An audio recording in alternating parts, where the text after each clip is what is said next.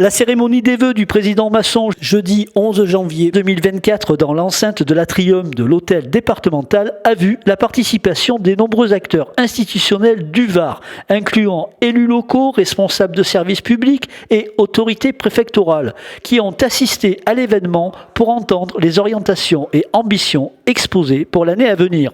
Le président a affirmé sa détermination à tisser des liens toujours plus solides entre les communes, le département et les institutions. Je veux créer un lien très fort entre les communes et le département, parce qu'on est immensément complémentaires. On fait partie des collectivités décentralisées de proximité. On est dans le réel, on est dans l'action et dans la réaction face à l'imprévu. On est dans la réalisation de projets indispensables, un préau d'école, une école elle-même, une salle de réunion municipale, telle ou telle préoccupation, et le département souhaite être aux côtés des communes. L'équilibre des budgets des communes ne sont pas toujours simples. Moi, je veux que les communes continuent à investir, parce qu'investir, c'est préparer l'avenir. Donc voilà, il y a ce tandem commune-département, et j'ai voulu effectivement le mettre en avant car j'y suis très attaché.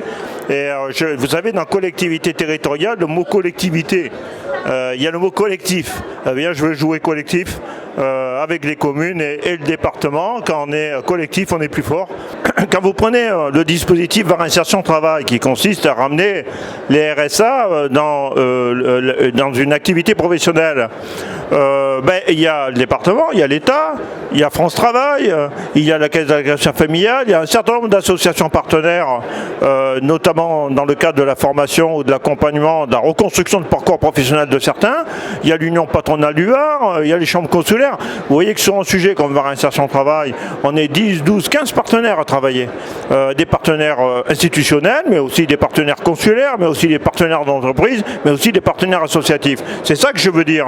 Je veux dire simplement quand on est ensemble, on est plus fort. Et sur un dossier aussi sensible que celui de permettre au RSA de retrouver une activité professionnelle, on a besoin de rassembler tous les talents qui font l'accompagnement et qui traitent ces sujets-là. En clôture des vœux, le président Masson a transmis ses espoirs pour 2024, aspirant à la santé et au bonheur de tous et offrant un soutien particulier à ceux qui en ont le plus besoin. Enfin, le président a convié l'Assemblée à continuer les échanges autour d'un buffet convivial, clôturant ainsi la cérémonie dans un esprit de partage et de convivialité.